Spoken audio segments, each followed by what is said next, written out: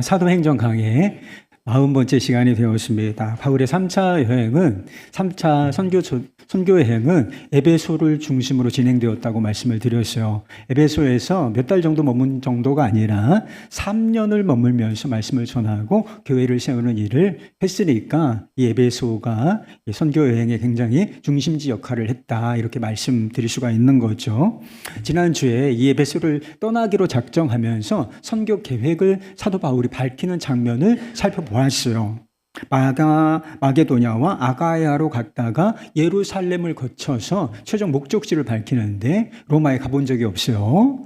그래서 로마 교회가 이제 세워졌다는 소식을 아마 들은 것 같아요. 그래서 로마에 가서 복음을 전하려고 하는 그런 계획을 가지고 있다고 밝혔다는 것입니다. 그런데 4절 말씀에 보면 어느새 이 선교 일행, 처음에는 막 한 사람, 두 사람, 세 사람 뭐 이런 정도로 선교팀이 꾸려져 있었는데 시간이 지나면서 선교에 헌신된 사람들, 선교사로 자원한 사람들이 더 늘었던 것 같습니다. 그들의 이름이 나와요. 소바더라고 하는 사람, 지난주에 우리가 살펴보았던 아리스다고와 가이오, 그리고 디모데와 두기고와 드로비모와 사도행전을 기록하고 있는 우리라고 하는 표현이 있잖아요. 자기를 포함시킨 거예요. 누가라고 하는 사람까지. 일행이 수리아로 가려고 할 때 바울을 대적하는 사람들 때문에 이 7사람은 겐그리아라고 하는 항구에서 배를 타고 수리아로 가요. 그런데 바울은 따로 이제 육로를 통해서 이동을 한다는 것이죠. 아마 이게 사람들이 이렇게 바울까지 포함해서 이렇게 한 8사람들처럼 이렇게 모여 있으면 이게 눈에 띄고 대적들에게 노출되기가 쉽기 때문에 아마 이렇게 팀을 분산해서 위장 전술, 그래서 그 위험을 피하려고 했던 것이 아닌가 싶습니다. 그래서 다른 경로를 통해서 이동을 쭉 하다가 이 두 그룹이 제외하게 된 곳이 있는데 그것이 바로 드로아라고 하는 지역이었습니다. 바울 일행은 드로아에서 일주일 동안 그렇게 많은 시간을 머문 건 아니죠. 거쳐가는 곳이었다는 뜻이죠. 그런데 거쳐가는 곳에서 있었던 그 일을 한 가지 중심으로 기록하고 있음을 본다는 것입니다. 바로 유도고라고 하는 청년이 예배 중에 졸다가 떨어져서 죽게 되는 사건, 그러나 다시 생명을 얻게 되는 사건, 이 한 가지를 중심으로 기록하고 있음을 본다는 것입니다. 우리도 잘 알고 있는 그런 사건이 아닌가 싶습니다. 드로아의 교회가 언제 세워졌는지 명확하게 밝혀지진 않았어요. 그래서 이 선교 일행이, 바울 일행이 직접 이곳에 방문했다는 기록은 없어요. 그러나 어떤 형식으로든지 이 바울 선교 일행의 복음 전도 사역을 통해서 이 드로아 지역에 교회가 세워졌고, 분명한 것은 그곳에 그리스도인들이 있었고 이들이 예배를 드리기 시작했다라고 하는 것입니다. 실제로 그 이야기가 나오는 거예요. 그 주간의 첫날에 우리가 떡을 떼려 하여 모였더니 바울이 이튿날 떠나고자 하여 그들에게 강론할세 말을 밤중까지 계속하매. 이 한 구절의 말씀을 통해서 우리 초대교회의 예배의 모습에 대해서 몇 가지를 이해할 수 있는 사실이 있어요. 첫 번째는 예배를 언제 드렸는가라고 하는 것입니다. 예배를 언제 드렸을까요? 그래서 우리가 주일에 일요일 예배를 드리고 있잖아요. 지금 일요일이잖아요. 이 일요일에 주일에 예배를 드리는 이 전통이 어느 교회사가 쭉 진행되다가 이제 우리 주일에 예배를 드리십시다, 이렇게 결정되었던 것이 아니라 초대교회가 형성되면서부터 오순절 성령 강림 이후에, 그리고 전도가 시작되면서 바로 그 시절부터 확립된 전통이다라고 하는 사실을 알 수가 있는 것입니다. 유대인들은 안식일에 예배를 드렸어요. 안식일이 언제인지 아세요? 유대인들의 안식일은 금요일 해 진 이후부터, 저녁 시간부터 토요일 해 지기 전까지 이 시간을 안식일이라고 불러요. 그래서 시간 계산 개념이 다릅니다. 우리는 하루를 어떻게 계산해요? 아침부터 저녁까지를 하루라고 표현을 하잖아요. 그런데 유대인들은 저녁부터 시작을 해요. 그래서 해가 진 이후부터 그 다음날 해지기 전까지가 안식일인데 그때 예배를 드렸다는 것입니다. 그런데 기독교인들은 지금 우리처럼 그 주간의 첫날, 곧 일요일에 예배를 드렸다는 것입니다. 왜 주일에 예배를 드리기 시작하였는가? 예수님께서 새 언약의 성취자이신데, 그래서 성찬을 나눌 때 이것은 너희를 위한 내 피고 새 언약을 위한 피다, 이런 선언을 하잖아요. 그래서 예수님께서 십자가를 지시고 죽으셨을 뿐만 아니라 부활하심으로써 부활로써 이 새 언약을 성취하시고 완성하신 날이기 때문에 우리가 그것을 기념하여 주일에 모여 예배를 드리게 된 것입니다. 그래서 이게 초대교회부터 시작된 전통이다 하는 것입니다. 두 번째는 예배에서 두드러지게 강조되는 두 요소가 있는데 하나는 성만찬이에요. 그리고 또 하나는 말씀 강론, 곧 설교인 것입니다. 주일에 떡을 떼려 하여 모였다라고 하는 표현이 나오지 않습니까? 떡을 뗀다는 것은 그냥 식사를 하기 위하여 모였다, 이런 정도의 표현이 아니라 성만찬을 의미하는 것이었습니다. 그래서 우리 주님의 십자가 사랑, 자기의 몸을 찢으시고 십자가 피를 흘리신 그 사랑을 기억하고 그 사랑을 우리가 서로 나누는 그 애찬이라고 부르는 거죠. 성만찬 예식을 의미해요. 이 예배에 다른 순서가 없었다는 것이 아니라 떡을 떼려 모였다, 그 목적을 이렇게 성만찬에 둘 정도로 성만찬이 예배의 중요한 핵심 요소였다라고 하는 것을 보여주는 것입니다. 성만찬을 겸한 저녁 식사가 끝난 이후에 성도들은 찬송을 부르고 그리고 성경을 읽은 후에 가르침을 들었다는 것입니다. 그런데 이때는 특별 강서로서 누가 말씀을 전하게 된 거예요. 다른 시기에는, 다른 주일 예배 때는 아마 설교자가 있었겠죠. 말씀을 전하는 사람이 있었을 것인데 이 바울 일행이 왔고 여기는 걸출한 전도자, 설교자가 왔잖아요. 그래서 사도 바울이 날 강사로 소개되었는데 밤중까지 설교를 계속하였다라고 하는 것입니다. 그래서 다음 날 떠날 예정에 있었기 때문에 말씀을 전할 기회가 다시 있어요, 없어요? 언제 다시 볼지 모르니까 막 최선을 다해서 복음의 말씀을 전하여 줬는데 그것이 길어질 수밖에 없었다라고 하는 것입니다. 성만찬과 설교는 둘 다 하나님께서 우리에게 말씀하시는 방법이고 우리에게 은혜를 베푸시는 은혜의 수단이에요. 성경에 근거한 설교를 통하여 하나님의 말씀을 귀로 듣는 것이고 그리고 이 성만찬은 눈으로 보는 거예요. 하나님의 말씀을 눈으로 보고 몸으로 체험하는 예식인 것입니다. 하나님이 우리를 사랑하신다. 말씀이신 하나님이 우리에게 다가오시고 우리가 그분을 만나는 방법, 이것이 설교를 통해서 말씀을 듣는 것이고 그리고 성만찬을 통해서 그것을 보고 체험하게 하셨다라고 하는 것입니다. 그래서 예배 중에 일어나는 이 일을 통해서 우리는 은혜를 누리고 그 은혜 안에서 이렇게 든든히 서고 성장하도록 주님께서 계획하셨다라고 하는 것입니다. 드로아 교회에는 예배의 진심이었어요. 요즘에 진심이라는 표현을 쓰죠. 뭐뭐의 진심이다. 뭐뭐의 진심이다. 마음을 그냥 들여서 그게 그냥 굉장히 중요하게 여긴다. 이렇게 하는 표현을 진심이라 이렇게 쓰더라고요. 드로아 교회는 예배의 진심이었습니다. 문자로 기록된 것이지만 예배의 열기를 간접적으로 느낄 수 있지 않습니까? 그런데 이 열기에 찬물을 쫙 하고 끼얹는 사건 한 가지가 발생한다는 것입니다.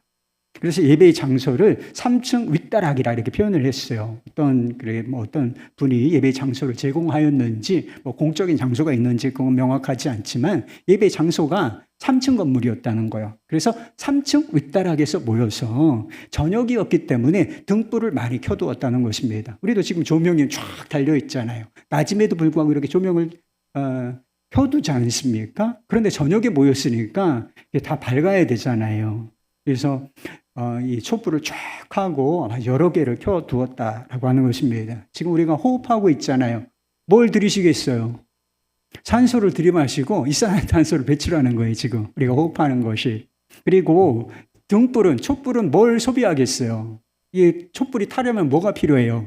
산소가 필요하단 말이에요. 산소를 태우고 그리고 이산화탄소를 배출하는 그런 똑같은, 그리고 많은 사람이 모인 가운데 이런 일이 일어나고 있기 때문에 이게 시간이 지나면 공기가 답답해지게 되어 있어요. 그래서 이제 숨 쉬는 게 좀 답답하다, 졸리다 이렇게 느껴지니까 유도라고 하는 청년이 아마 좀 신선한 공기를 마시고 싶어서 이 창가에 걸터 앉은 것 같아요. 그래서 이미 피곤한 상태에서 말씀을 듣는데 어떻게든 말씀을 들어보려고 하는데 졸음이 쏟아지나요? 그래서 이 눈꺼풀은 누구도 못 이긴다? 천하장사도 못 이긴다.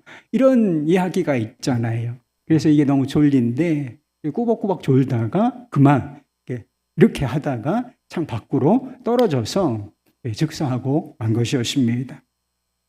지금도 우리가 예배를 드리고 있죠. 그런데 예배를 드리고 있는 이 순간에 어떤 사고가 나서 뭐 이런 스피커 같은 것이 떨어져 가서 그걸 막 얻어맞아가지고 어떤 사람이 죽었다고 한번 생각해 보세요. 끔찍한 일이잖아요. 끔찍한 일이고 대단히 시험에 들 만한 그런 상황이 아니겠습니까?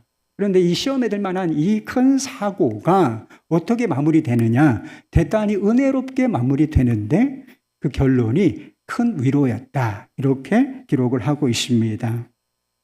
바울이 설교 중에 설교가 이런 사건이 났으니까 어떻게 설교를 계속할 수가 있겠어요. 설교를 중지하고 내려가서 엘리야가 과부의 아들에게 그렇게 했던 것처럼, 그리고 엘리사가 수넴 여인의 아들에게 그렇게 했던 것처럼 이 두 아들이 다 죽어요. 그런데 죽은 것을 알고서 엘리사가 이 아이들에게 이렇게 엎드려져서 안고 다시 생명을 일으키는 장면이 구약 성경에 기록되어 있는데, 바울도 똑같이 이 청년 유두고에게 내려가서 그에게 엎드려서 그를 안고서 일으킨다는 것입니다. 그래서 그가 다시 일어나게 생명을, 호흡을 되찾는 그런 역사가 일어났기 때문에 이 끔찍한 사고, 시험에 들 만한 일이었지만 이것이 다 이제 감사한 일이 되었고, 그리고 위로로서 마무리되었다라고 하는 것입니다. 우리가 이 말씀을 통하여 생각해 볼 것이 뭐가 있을까요? 예배 시간에 졸면 안 된다. 졸면 안 돼요, 지금. 조는 분들이 몇 분 계셔, 제가 보니까. 졸면 안 된다는 뜻인가? 졸면 안 되죠, 뭐. 그런데 누가는 유두고라는 청년이 설교 중에 잠든 것에 대해서 비난하려고 하는 의도가 있었던 것은 아닌 것 같습니다. 왜냐하면 이 유두고라고 하는 청년이 처음부터 와서 그냥 릴렉스하게 앉아있다가 잠에 빠진 것이 아니라 어떻게 해서든지 말씀을 들으려고 이 잠과 투쟁을 하다가 싸우다가 결국은 그것을 이기지 못해서 잠에 빠졌다라고 하는 이런 인상을 주고 있기 때문에 이 단순히 이 조라에서 이런 일이 일어났다, 이렇게 비난을 할 의도는 전혀 가지고 있지 않다라고 하는 것입니다. 말씀을 듣고 싶은데 피곤한 육신 때문에 졸음을 참지 못하는 사람을 누가 비난할 수 있겠습니까? 여러분, 저도 졸았어요. 지금은 졸 수가 없지. 왜냐하면 예배 인도자고 설교자가 앞에서 조는 일이 어떻게 가능할 수가 있겠습니까? 지금은 전혀 졸지 않지만 제가 부교육자로 이렇게 사역을 할 때는 존 적이 있어요. 그래서 제가 사회를 한다든가 예배에서 어떤 부분을 맡아서 이렇게 진행을 하는 순간에는 졸 수가 없죠. 그런데 저도 회중에 아무 순서를 맞지 않고 그냥 여러분들처럼 거기 앉아서 예배를 드렸던 때가 많이 있어요. 그런데 일주일에 그때는 사역이 되게 많았어요. 지금도 사역이 많기는 하지만 사역이 많았고 한 주간의 사역으로 육체는 이미 지쳐있고, 그리고 예배를 7시에 드렸어요. 일부 예배를 7시에 사역자들이 다, 그리고 이제 사역하는 다른 봉사자들도 일부 예배를 드렸거든요. 몸이 아직 덜 깼어. 지쳐있는 상태에서, 몸이 덜 깬 상태에서 일부 예배를 드리니까 졸음이 쏟아지는 거예요.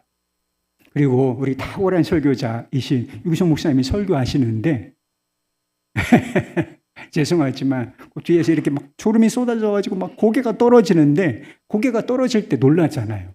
그래서 고개가 떨어지면 이렇게 되고 이런 일이 있었어요. 아직 그게 오래 지속되는 것은 아니지만 그런 시간이 있었습니다.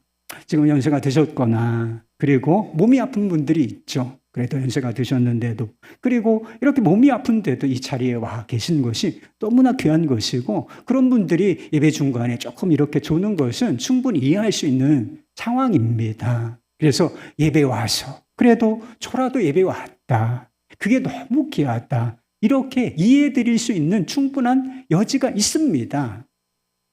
그리고 항상 길고 지루하게 하는 설교자, 이 설교자 책임이 있어요. 항상 설교를 하는데 너무 지루해. 말씀이 뒤에 들리지가 않아. 들어보려고 하는데 들리지 않고, 그에게 너무 길게 설교하고, 이런 설교자라면 설교자에게 그 졸음에 책임이 있다라고 말할 수가 있어요. 그래서 목사들 사이에는 예, 지루하게 하는 설교하는 사람이 죄인이다. 이런 이야기가 있어. 그래서 지루하게 설교하면 안 된다. 뭐 이런 이야기들이 있는 것이 사실이에요. 그런데 문제는 젊고 건강한 사람이 습관적으로 잠에 빠지는 것이라는 거예요.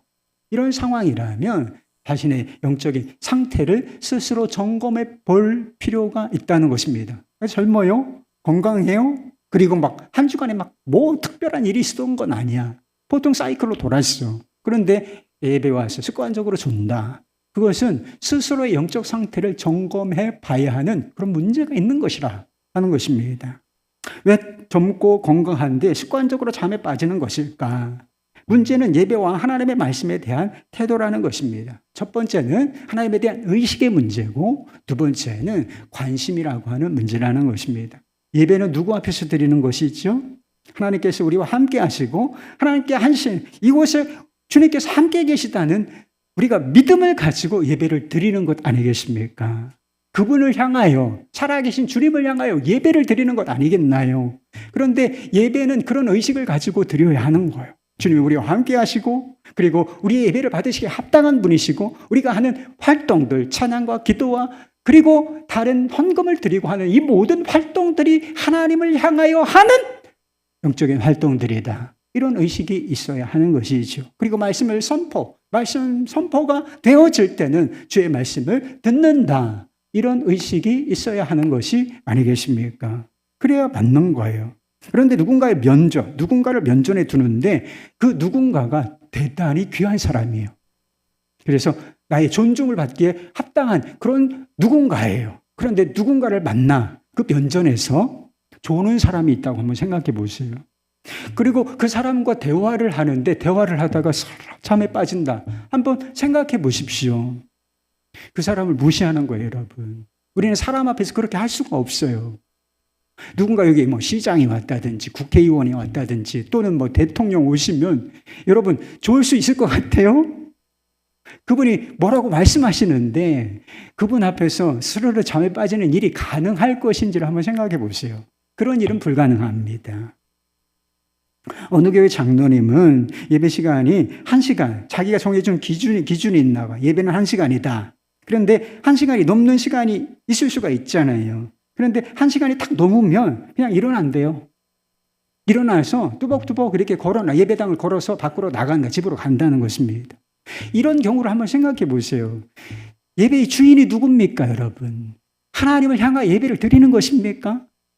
하나님이 정말 살아계시고 우리의 예배를 받으신다. 어떻게 예배를 드리다가 그렇게 예배 시간이 조금 넘었다고 해서 뚜벅뚜벅 일어나서 걸어 나갈 수가 있다는 것입니까? 그거는 예배를 드린다고 하면서 하나님을 모욕하는 행위이고 하나님을 무시하는 죄를 짓는 거예요.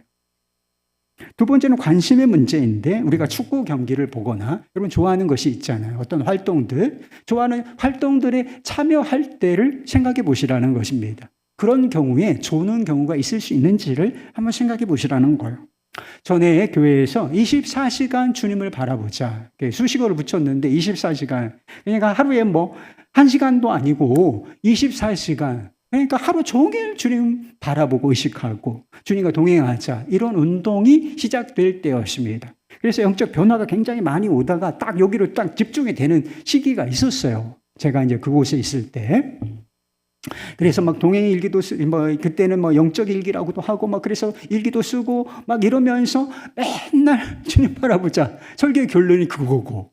그래서 그런 운동이 시작됐을 때 불평들이 있었어요.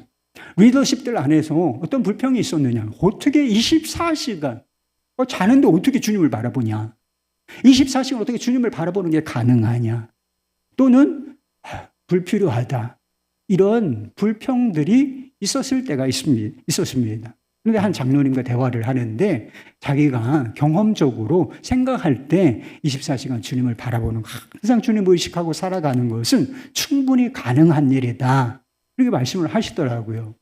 어떤 비유를 쓰시냐면 자기가 낚시를 좋아하는데 여기 낚시 좋아하시는 분들이 있어요. 그래서 낚시광들이 있잖아요. 그래서 낚시를 도구를 딱 챙기고 가서 텐트 딱 치고 가서 이렇게 낚시 미끼를 딱 물려가지고 물에 딱 던진다는 거예요. 그럼 뭐가 떠올라요?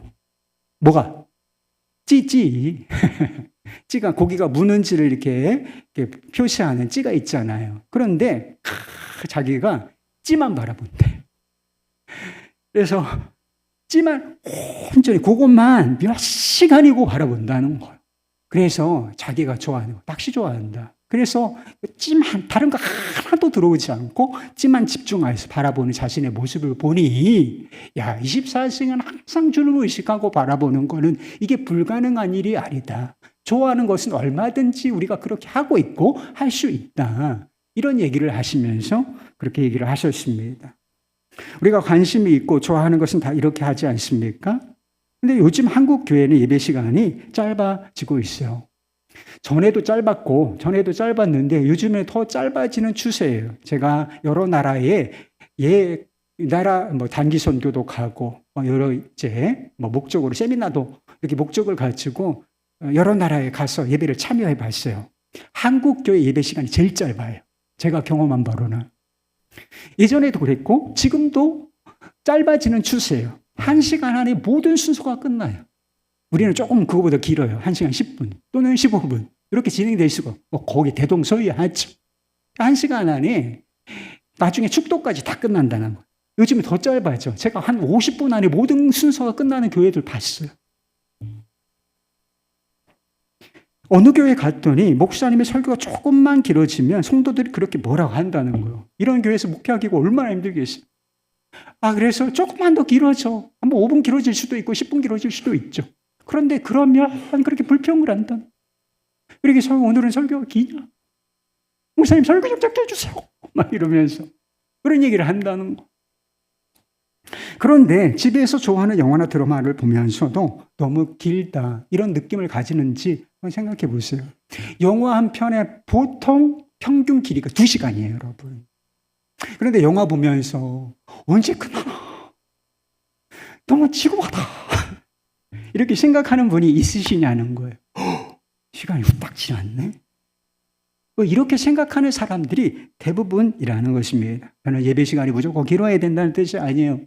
짧은 설교가 나쁜 설교라는 뜻도 아닌 것입니다. 반대로 짧은 설교가 좋은 설교도 아니고 긴 설교라고 나쁜 설교라는 뜻도 아닌 것입니다. 긴 설교가 나쁜 설교라면 이 바울 사도 최악의 설교자죠. 막 밤을 새서 막 말씀을 전하니까 이 얼마나 나쁜 설교자예요. 지루하다 지루해. 우리 같으면 끌어내렸을 거야. 그만 좀 해! 문제는 예배와 하나님의 말씀을 듣는 것에 갈망도 없고 관심도 없는 것입니다. 바울이 하나님의 말씀을 가르치는데 진심이었습니까? 이미 저녁 늦게까지 말씀을 강론한 상태였고 유두고가 떨어져 죽는, 그렇지만 살아났죠. 그러면 예배를 끝낼 만도 하잖아요. 잘 마무리는 됐지만 이 정도쯤 했으면 예배를 끝낼 만도 하잖아요. 그런데 다시 말씀 전하기 시작해. 그래서 이 동이 틀 때까지 말씀을 전하고 그리고 아침이 돼서야 비로소 출발을 했다. 이런 말씀을 보면 이 말씀을 가르치는 데에 얼마나 진심이었는지를 알 수가 있는 것이지요. 그런데 사도 바울만 이게 가르치는데 설교하는데 진심이었던 것이 아니에요. 이 들어와 교회의 성도들도 예배 드리는데 진심이었습니다. 그리고 말씀을 듣는데 진심이었다는 것입니다. 선포되는 말씀을 흡인력 있게 받아들이고 있었다는 것입니다. 하나님의 말씀을 사모하는 마음이 그토록 컸다는 것을 의미하는 것이죠. 그러나 청년이 졸다가 떨어져 죽는 사고까지 일어났지만 그 결론은 생명이고 위로였다라고 하는 것입니다. 여러분 밤을 새워서 찬양하거나 기도하거나 요즘에는 그런 일이 싹 없어졌어요. 제가 막 청년 때만 해도 이런 일이 있어서 막 밤을 새는 거죠. 그러면 찬양하고 막 기도하고 주여 이러면서 이게 마음들이 살아 있었던 때가 있어요. 그리고 말씀을 밤을 새워가면서 말씀을 읽거나 말씀을 들어본 적이 있으십니까? 설교 좀 더 하시지. 오늘은 설교가 너무 짧아요. 목사님 무슨 일 있어요? 오늘 설교 좀 더 해주세요.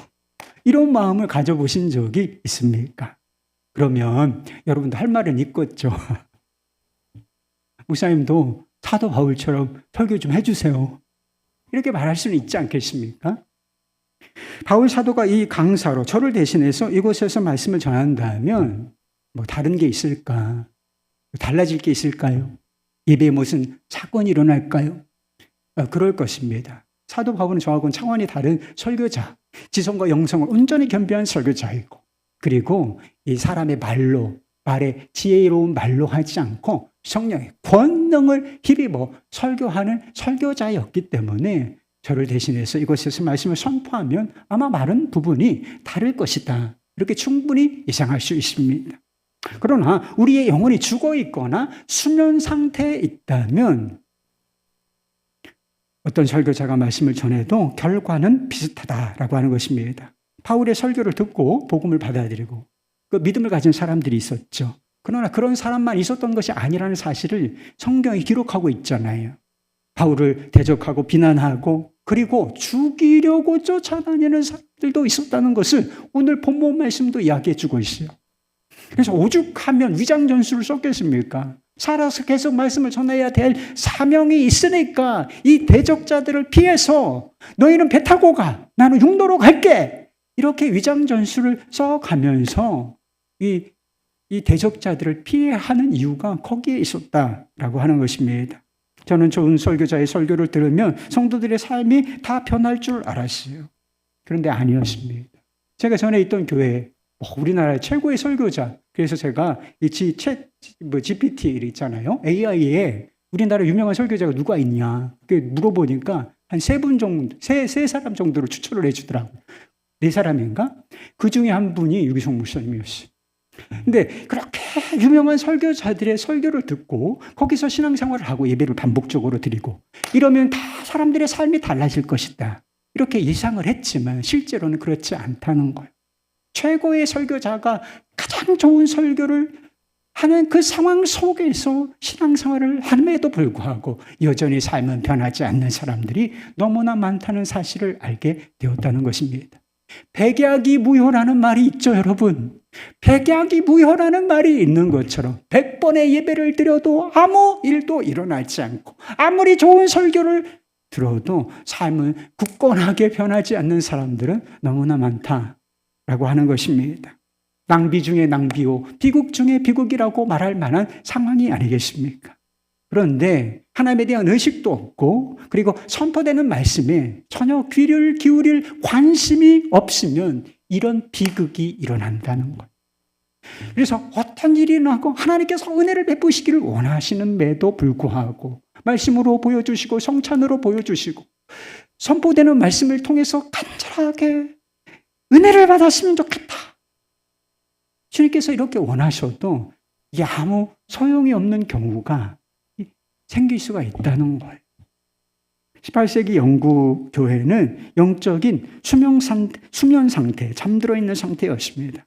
그런데 존 웨슬리, 그리고 조지 휘필드, 조나단 에드워즈 같은 사람을 통해서 주님께서 하신 거예요. 영적 대각성 운동이라는 게 일어나요. 부흥운동이 일어난다는 것입니다. 강력한 이 말씀을 통해서 영적인 수면 상태에 있는 사람들이 깨어나기 시작한다는 거예요. 이 시대의 예배는 대부분 길었어요. 설교 시간만 2시간이었다 그래요. 그러니까 다른 거 다 빼고 말씀을 전하는 그 시간만 평균 2시간 정도였다는 것입니다. 그들은 지루한 시간을 참으며 견딘 것이 아니라 그 시간을 감동과 기쁨으로 보냈다는 것입니다. 예배를 드리고 말씀을 듣는 가운데 눈물이 나고 회개가 터지고 각성하고 자기의 삶을 돌아보고 자복하고 주님 앞에 엎드려 삶이 새롭게 되어지는 이런 일들이 늘 일어났다는 거예요. 그래서 이 영적 대각성 운동이 얼마나 뜨겁게 불처럼 타오르는지 개인의 삶을 바꾸고 이 교회 공동체를 바꿀 뿐만 아니라 이것이 사회까지 영향을 미쳐서 세상이 달라지기까지 했다는 기록이 있어요. 찬송가 24장 만입이 내게 있으면 그 입 다 가지고, 이 찬양이 있죠. 이 찬양을 누가 작사했느냐 하면 존 웨슬리의 동생 찰스 웨슬리가 있어요. 찰스 웨슬리가 자신의 회심을 기념하여서 이 찬송시를 작사한 거예요. 근데 우리 찬송가는 몇 절까지 있게요? 이 찬송가는 4절까지 있습니다. 그런데 찬송가를 작사할 때는 이게 18절까지 있었다는 거예요. 여러분 18절까지 있는 찬송가를 불러보셨어요? 중국에는 99절까지 있는 찬송이 있다는 이야기를 듣긴 했지만 그게 진짜 그런 찬송이 있는지 좀 모르겠어요. 그런데 이 찬송가의 본래 길이는 18절까지였다는 거예요. 그런데 지금 우리가 그 사람들 그런 찬송을 불렀다는 거죠. 지금 우리라면 과연 이 18절까지 있는 찬송을 인내심 있게 부를 수 있을지 모르겠습니다. 조나단 에드워즈의 설교에 관한 유명한 일화가 있어요. 그는 시력이 좋지 않아서 원고를 써가지고 촛불을 가까이 두고서 그 원고를 읽는 방식으로 설교를 했다는 거예요. 저도 이렇게 원고를 볼 때가 있죠. 그럼 대체적으로 원고를 보지 않으려고 해요. 웬만하면 이렇게 여러분들 보면서 아이 컨택 하면서 하려고 하는 애를 씁니다. 그런데 이분은 시력이 좋지 않고 어떤 문제가 있었는지 그냥 촛불을 두고서 원고를 읽는 방식으로 설교를 했다는 것입니다. 그 설교 내용이 대단히 교리적이에요. 딱딱합니다. 그래서 2시간 분량 정도 되는 긴 설교문이 지금도 출판이 되어서 책으로 나와요. 저도 몇 권의 책을 가지고 있습니다. 제가 지루한 책 읽는데 선수예요, 여러분. 그런데 제가 이 설교를 읽어도 너무 지루해. 야, 힘들다. 이렇게 느껴질 정도예요. 그런데 어느 주일 이 목사님이 진노하시는 하나님의 손 안에 있는 죄인들이라는 제목으로 똑같은 방식으로 이 원고를 읽어가는 방식으로 설교를 했다는 거예요. 그런데 그 현장에서 어떤 일이 일어났는가? 이 조나단 에드워즈의 사촌이 있었는데 스티븐 윌리엄스 목사가 그때 이 장면을 이렇게 기록해 놓았어요. 설교가 끝나기 전에 큰 통곡 소리가 들렸다. 예배당은 부르짖는 소리로 가득 찼다. 구원을 얻기 위해 나는 무엇을 해야 하는가? 나는 지옥으로 가고 있구나. 그리스도를 얻기 위해 무엇을 해야 하는가? 그래서 설교자가 그들을 중지시키려고 했다. 비명과 고함 소리와 놀람이 있었다. 조금 기다린 후에 회중은 계속해서 기도했다. 우리는 강단에서 내려와 사람들에게 말했다. 어떤 사람은 이곳에서 또 다른 사람은 저곳에서 놀람과 두려움, 하나님의 임재를 느꼈고 많은 영혼이 소망을 얻게 되었고 그들의 얼굴에는 기쁨이 있었다. 그리고 그들은 위로를 받았다. 12절 말씀에 적지 않게 위로를 받았다는 말씀이 나오지 않습니까? 여러분, 우리에게는 위로가 필요해요. 우리에게 필요한 그 위로가 없는 세상이 얼마나 험악합니까? 얼마나 살아가기가 힘들겠어요. 우리에게 필요한 그 위로가 도대체 어디에 있는 것일까요? 괜찮아, 너의 잘못 아니야. 괜찮아. 아프니까 청춘이다. 그런 이야기도 있죠. 잘하고 있어. 괜찮아. 너 잘하고 있어. 충분히 잘하고 있어. 이런 말들 속에서 이런 말이 우리에게 들려지면 거기서 위로를 얻을 수 있을까요? 어느 정도 감정적인 위로를 받을 수는 있겠지요. 그러나 진정한 위로는 어디에 있는가? 하나님이 임재하시는 곳에 있는 거예요. 하나님께서 생명으로, 구원으로, 능력으로, 소망으로 임재하시는 곳에 진정한 위로가 있는 것입니다. 하나님께서 은혜와 말씀으로 임재하시는 그 현장, 그것이 바로 예배의 현장인 것이고요. 살아있는 교회가 어떤 교회일까? 여러분, 요새 요한계시록이 큐티 본문인데 그 7교회에 대한 진단이 나와 있어요. 살아있는 것처럼 보이지만 죽었고 너무나 고통스러운 상황 속에 있는 것처럼 보이지만 너희는 살았다. 이런 평가를 받은 교회도 있어요. 어떤 교회가 살아있는 교회인가요? 예배가 살아있는 교회가 살아있는 교회예요. 말씀의 역사가 살아있는 교회, 말씀이 움직이는 그 교회가 살아있는 교회요, 살아있는 성도인 것입니다. 우리 교회 예배 사역의 비전, 예배도 사역이에요. 예배 사역의 비전을 한 가지로 표현하는 표 한 가지가 있어요. 여러분 잘 모르실 수도 있지만 홈페이지에 들어가 보시면 그 홈페이지 맨 앞에 나와 있습니다. 우리는 한 번의 예배로 인생이 바뀔 수 있음을 믿습니다. 이것이 저의 사역 비전이에요. 우리의 예배의 비전입니다. 여러분 한 번의 예배로, 단 한 번에 단 한 번의 예배로 우리 인생이 뒤집어질 수 있다고 여러분 믿으십니까? 동의하세요? 근데 왜 이런 일이 일어나지 않아요? 근데 분명한 사실은 무엇인가? 하나님의 임재가 경험이 되어져야, 하나님을 인격적으로 만나야 우리 인생이 달라진다는 것입니다. 하나님의 말씀만이 우리의 영혼을 흔들어 깨우고 우리의 삶을 바꿀 수가 있다는 것입니다. 성령이 역사하시고 이 부흥의 시대처럼 성령이 역사하시고 부흥이 임하면 영적으로 각성하게 되어 있습니다. 그 장소에 들어가면 예배하고 말씀이 선포되는 그곳에 가면 내가 주인이구나 라고 하는 것이 느껴지고 하나의 의식을 하지 않아도 하나님이 여기 우리와 함께 계시구나 라고 하는 것이 느껴지는 순간이 있는 것입니다. 예배가 기뻐지고 말씀이 달게 들리게 되어 있어요. 그리고 그 은혜로서 삶이 변하게 되어 있는 것입니다. 그래서 도대체 주님 언제 우리에게는 이런 일이 일어나는 것입니까? 도대체 언제 우리 인생이 한번 주님으로 말미암아 뒤집어지는 역사가 있겠습니까? 그래 정말 이것을 기대하기 전에 기대한다면 잊지 말아야 될 것이 있어요. 우리 안에 책임이 있다는 것입니다.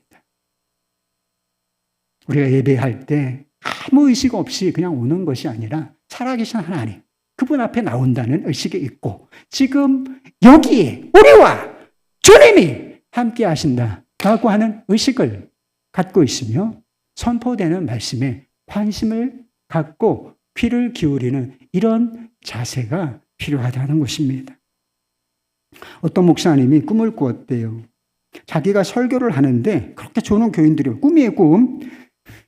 그렇게 좋은 교인들이 많고 딴짓하는 교인들이 많더라는 거예요. 창밖을 바라보고 시계를 보고 막 주부를 어떻게 하고 막 찢어 먹을 것 같고 이런 교인들이 너무 많아서 그 모습을 보고서 이게 아무 소용이 없구나. 그래서 막 충격을 받았다는 거예요. 꿈이에요, 꿈. 그런데 그 한 부분에서 문이 열리는데 지옥이 보이더라는 거예요. 자기가 목사인 것을 알고서 거기서 막 사람들이 아우성을 치더래요. 우리에게 복음을 들려주시오. 우리에게 복음을 들려주시오. 이렇게 외치더래요. 그래서 안타까운 마음으로 복음의 말씀을 선포했다는 것입니다. 안타까운 마음으로 복음을 선포하긴 하는데 그 사람들이 그것을 듣지는 못하더래요. 그래서 복음의 말씀이 선포되어야 그 말씀을 듣고 믿고 그 믿어야 구원을 받잖아요. 그래서 복음을 전해달라 그렇게 아우성을 치며 외침에도 불구하고 복음이 선포되었을 때 그들은 듣지 못하더라 하는 것이었습니다. 그래서 이렇게 복음을 듣지 못하는 그런 안타까운 상황을 보고서 잠이 깼다는 것입니다. 그리고 이 꿈을 꾼 이후에 설교 사역의 태도가 완전히 달라졌노라 했다는 것입니다. 지금 우리는 예배를 드리고 있고 지금 말씀을 선포할 기회가 있고 여러분들은 말씀을 들을 기회가 있잖아요. 그래서 이 기회에 어떻게 해서든지 진리의 말씀을 선포하고 그것을 듣도록 해야 되겠구나 하는 생각을 가지게 되었다는 것입니다. 다른 것이 지옥이 아니에요. 그럼 지옥은 어떤 것이죠? 하나님의 임재가 제로예요, 제로. 지금 우리는 이 세상은 타락한 세상이지만 그래도 하나님의 임재가 있습니다. 그런데 지옥은 하나님의 임재가 완전히 차단된 것이고 또 하나 하나님의 이 생명의 말씀, 복된 음성이 전혀 들리지 않는 곳, 그곳이 바로 지옥이에요, 여러분. 그리고 천국은 완전히 그 정반대의 경우를 말하는 것이고요. 하나님 말씀으로 세상을 창조하셨고 말씀으로 이 세상을 움직이고 계십니다. 그리고 말씀으로 다가오셔서 말씀으로 우리의 인생을 이끌어 가기를 원하십니다. 사랑하는 여러분이요. 하나님을 갈망하는 마음으로 그분의 임재를 갈망하는 마음으로 예배를 드리실 수 있기를 바랍니다. 하나님의 말씀을 귀 기울여 듣고 그것을 마음으로 받으시기를 바라요. 그리고 하나님께서 계획하신 대로 예배와 말씀 안에서 주님이 주시는 진정한 위로를 받으실 수 있기를 우리 주 예수 그리스도 여러분을 축원합니다. 할렐루야.